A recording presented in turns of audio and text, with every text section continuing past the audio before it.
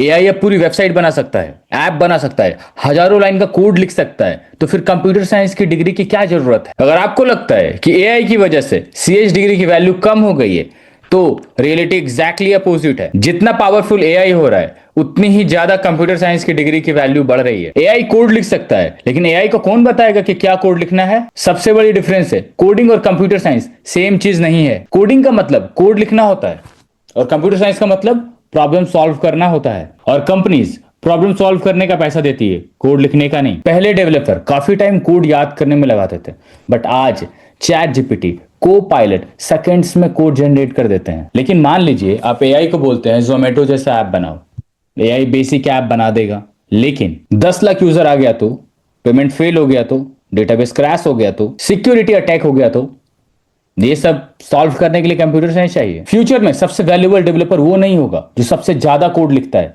सबसे valuable developer वो होगा जो सबसे अच्छा डिसीजन लेता है। एआई एग्जीक्यूशन करेगा, ह्यूमन डिसीजन लेगा। एआई कोडिंग करेगा, ह्यूमन आर्किटेक्चर डिजाइन करेगा। एआई आंसर देगा, ह्यूमन वेरीफाई करेगा। These are the main roles of human. इसलिए कंपनी आज भी data structure and algorithm, system design, database concept पे फोकस करती है, क्योंकि ये स्किल एआई से जनरेट नहीं होती है, एक अंडरस्टैंडिंग से आती है। और ये अंडरस्टैंडिंग बिल्ड होती है कंप्यूटर साइंस फंडामेंटल से। और इसका मतलब ये नहीं है कि सिर्फ कंप्यूटर साइंस, ये आप खुद से भी बिल्ड कर सकते हो। प्रोजेक्ट्स बिल्ड करो अच्छा अच्छा लाइफ में, रियल लाइफ प्रोजेक्ट्स बनाओ। ये जो स्किल्स में बोल रहा हूं, ये जो अंडरस्टैंडिंग का मैं बात कर रहा हूं, ये आपके अंदर आ जाएगा। एआई जूनियर डेवलपर को रिप्लेस नहीं करेगा, लेकिन एआई यूज करने वाले डेवलपर एआई यूज ना करने वाले डेवलपर को डेफिनेटली रिप्लेस कर देंगे।